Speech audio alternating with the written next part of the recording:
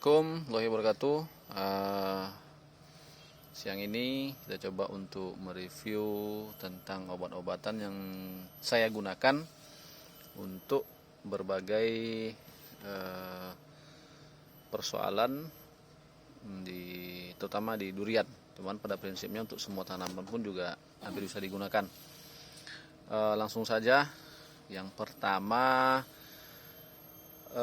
kalau seandainya durian itu dalam masa pertumbuhan, itu pastinya ini kita gunakan.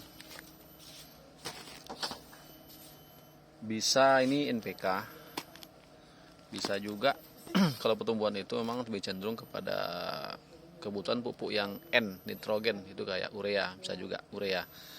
Cuman saya lebih agak cenderung pakai NPK karena memang di sini pupuk majmuk komplit semua kebutuhan, juga kemungkinan besar tidak tersedia di media tanah, makanya saya lebih cenderung pakai N, ada unsur N, ada unsur P, dan ada unsur K-nya. Itu aplikasinya kalau saya dalam kondisi normal itu bisa jadi 1 bulan sekali, cuman dosisnya itu setengah atau 1/4 sendok teh ditabur di sekitar 1 jengkal, setengah sampai 1 jengkal dari batang durian. Kemudian untuk pertumbuhan daun kita juga pakai atonik.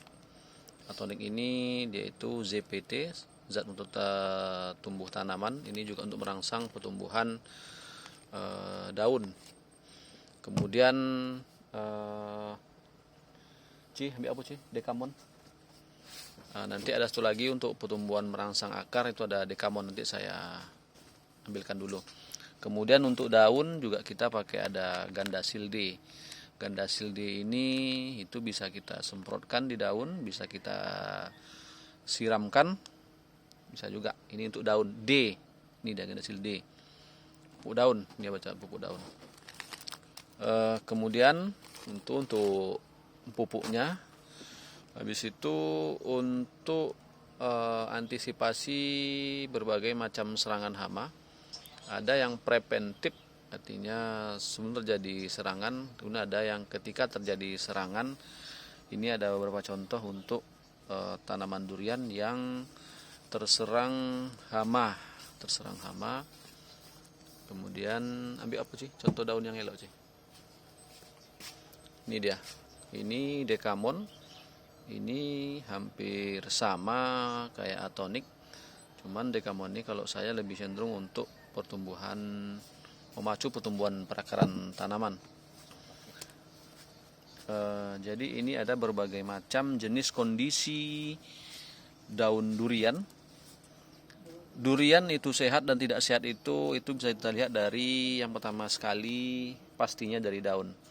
Kalau seandainya daun itu sehat, secara otomatis batang dan pertumbuhan pun juga normal.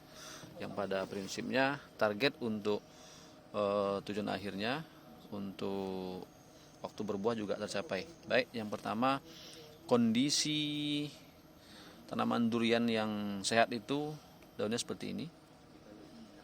Dia hitam, mengkilat, ini sehat, belakang dan di depan. Ini contoh tanaman yang sehat. Kemudian ini berbagai macam contoh yang tidak sehat. Dan kita juga kasih apa sih jenis-jenis obat yang kita gunakan, terutama yang saya gunakan. Di sini itu merek yang kita gunakan berbagai macam. Kalau seandainya ini contoh durian yang terkena serangan jamur, ini dia menghitam, ada hitam di jamurnya, di belakang ini dia hitam. Ini biasanya di sini nanti muncul berbulu-bulu warna putih. Ini karena habis disemprot jadi dia mati. Ini contoh juga, ini juga tanaman durian yang daunnya terserang jamur. Ini udah mati jamurnya karena kita semprot. Ini contoh juga serangan jamur. Jamur ini kalau saya tidak dibuang, dia akan mindah, cepat mindahnya. Nah, ini udah disemprot, kita semprot di sini. Ini contoh juga serang jamur ini. Jamur paling ngeri itu jamur ini, jamur akar, karena dia tidak nampak ininya, serangannya, tiba-tiba layu. Ini jamur daun.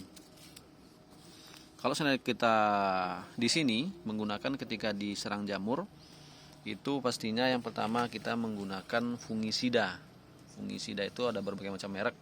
Kalau kita pakai yang ini dia, Diten M45 yang ini 80 WP yang cukup tinggi dosis ininya, anti atau apa, racun fungisidanya. Fungi ini jamur, fungisida. Kita pakai Diten 45. Kemudian kita juga pakai Amistartop. Jadi untuk setiap tanaman kita tidak boleh monoton satu jenis obat, tapi kita rolling dia. Tidak boleh satu ini. Kita rolling supaya tidak ada kekebalan terhadap jamur di tanaman kita. Itu untuk jenis durian yang kena jamur di daunnya. Dan kemudian antisipasi yang kedua, selain setelah disemprot, itu juga daun yang terserang itu wajib dibuang dia. Jadi tanaman yang tinggal dibuang dulu daunnya, habis itu tanaman yang tinggal itu kita semprot. Daun ini dibuang, dibakar, dijauhkan. Kemudian tanaman yang udah kena serang itu cukup cepat sekali dia ininya, mindah. Kita pakai Diten 45 fungisidanya dan Amistartop. Ini dia. Kemudian untuk tanaman durian dengan ciri-ciri yang yang terkena, ini dia, kutu daun. Kutu daun ini dia sangat ngeri. Dia kalau sana udah terserang ini contohnya, di atas kuning, di bawah bintik-bintik. Ini dia, ada bintik-bintik. Ini dia bintik-bintik. Kalau kita ketika serang di tanaman, itu kita aplikasiannya kita semprot 3 hari sekali.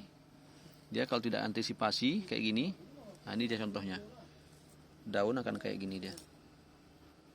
Ketika daun serang kayak gini, ini dibuang aja. Daunnya dirontokin, dibuang. Tapi kalau masih bisa diselamatkan, selamatkan aja. Kita semprot dulu seperti ini. 3 hari sekali di permukaan daun dan di belakang daun semprot.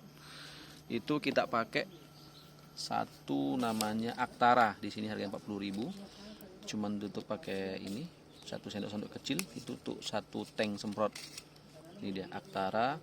Dan kita campur sama Lanet. Ini untuk antisipasi kutu daun. Aktara sama Lanet. Kemudian untuk tanaman yang terserang salah satunya penyakit kayak gini. Ini di tanaman mangga biasanya, tapi ini udah mati, kita semprot. Ini dia kalau tidak mati dia terbang. Nah, ini udah mati dia. Ini di durian juga sering kita temukan. Itu juga bikin durian itu bisa mati. Ini dia. Nah, itu kita kasih yang pertama, kita rolling. Bulldog, ada decis, ada kurakron, decis sama bulldog. Jadi itu kita gunakan. Tujuannya apa? Kayak tadi kita rolling supaya tidak ada kekebalan terhadap insektisida atau hama. Kemudian kalau seandainya ketemu dengan ini durian kayak gini, dia kuning, tapi di belakang tidak ada bercak daun, kutu daun. Berarti ini bisa jadi yang pertama bisa kurang siram, atau dia kurang pupuk daun, atau nanti dia memang kurang unsur nitrogennya. Bisa nanti dikasih gandasil, dikasih urea, dan pastinya penyiraman jangan sampai kurang. Jadi untuk sementara itu pupuk yang kita gunakan dalam proses membesarkan tanaman sampai dia dalam kondisi yang sehat. Terima kasih.